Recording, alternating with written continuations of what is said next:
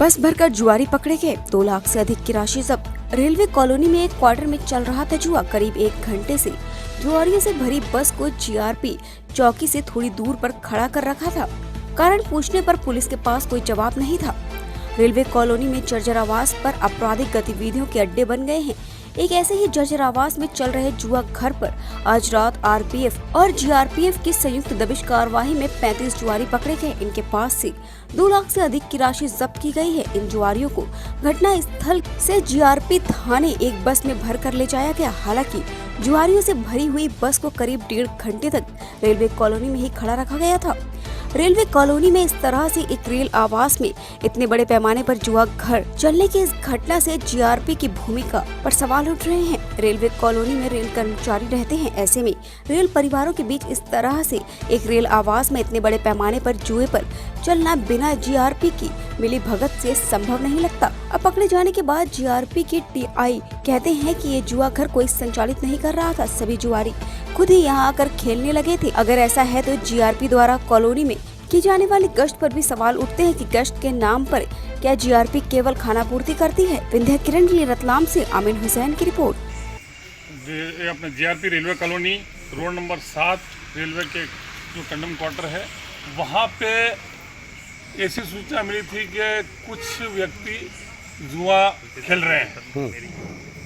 तो इस सूचना पे और हमने आरपीएफ को सूचित किया और अपना जीआरपी चौकी का जो बल था, यहाँ के इंचार्ज एसआई पनेल, आईपीएफ या अंसारी साहब और इनका बल आरपीएफ का, और हमारा चौकी वाला जो स्टाफ था वो, ये सब वहाँ जाके उन्हें दबिश दी। दबिश के दौरान वहाँ से 33 व्यक्तियों को पकड़ा है और 33 व्यक्ति ताश पत्ती से जुआ खेल रहे थे। उनसे 2,17,000 रुपये बरामद हुए हैं और उनकी लिखापढ़ी करके और कार्रवाई की जा रही है। सर, एक बात इसमें जानना चाह रहे थे कि काफ़ी देर पहले ये पकड़ाए थे, घटनाक्रम काफ़ी देर हो गई और ये रेलवे स्कूल के यहाँ अंधेरे में ये बस खड़ी थी काफ़ी देर से, तो क्यों इनको थाने नहीं लाया गया? बस में चूँकि सारे जो थे अपराधी वहाँ से लाने के लिए साधन जो हमारे पास उपलब्ध था, उसके आधार पे हमने उनको बुलाया और साधन से लेके आए हैं।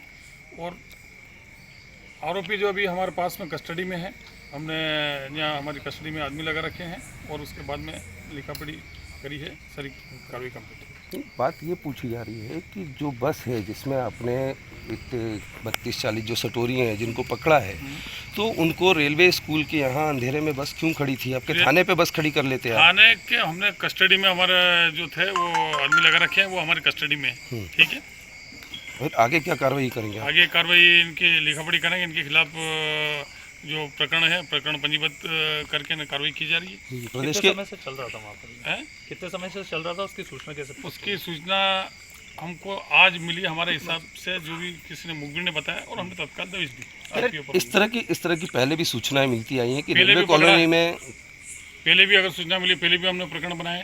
तो मुख्य आरोपी कौन है, किसके द्वारा संचालित कर रहा है? मुख्य आरोपी इसमें कोई नहीं है, सब आपस में बैठ के और सब आपस में जुआ खेलते हैं और जो इकट्ठे होके और सारी कार्रवाई अपने हिसाब किताब से मिलके, और इनकी आदतन ये है तो इसके बारे में भी पता करेंगे। किसके खिलाफ कोई रिकॉर्ड होगा तो उसके खिलाफ कार्रवाई और प्रदेश के मुख्यमंत्री लगातार इन चीज़ों पर जो है शिकंजा लगाने की बात करते हैं। उन्होंने कहा है कि ऐसे लोगों पे कठोर बिल्कुल हमको जो सूचना मिल रही है उसके आधार पे हम ने दबिश दी है और दबिश देने के बाद में कार्रवाई कर रहे हैं। और अगर इस तरह की सूचना और मिलेगी और कार्रवाई लगातार करेंगे और अभियान हमने चला रखा है। और ये चौकी का जो बल है इसको भी अलर्ट कर रखा है, सारी बातें हैं। तो उसके बाद में आगे भी अगर कोई इस तरह की बात होगी तो उसके बाद में अपराधियों में अगर कोई रिकॉर्ड शुदा है तो उसके खिलाफ अलग से कार्रवाई की जाएगी। दबिश की कार्रवाई किसके द्वारा की गई अभी? दबिश की कार्रवाई जो है हमारे चौकी प्रभारी पनेल साहब हैं और हमारा चौकी का स्टाफ है। आईपीएफ अंसारी साहब को इनको भी तलब किया गया था हमने हमारे द्वारा, क्योंकि संख्या ज़्यादा थी, ऐसी सूचना मिली थी तो उनको पकड़ने के लिए पर्याप्त बल भी चाहिए। तो हमने आरपीएफ को भी इनके अधिकारियों को बुलाया।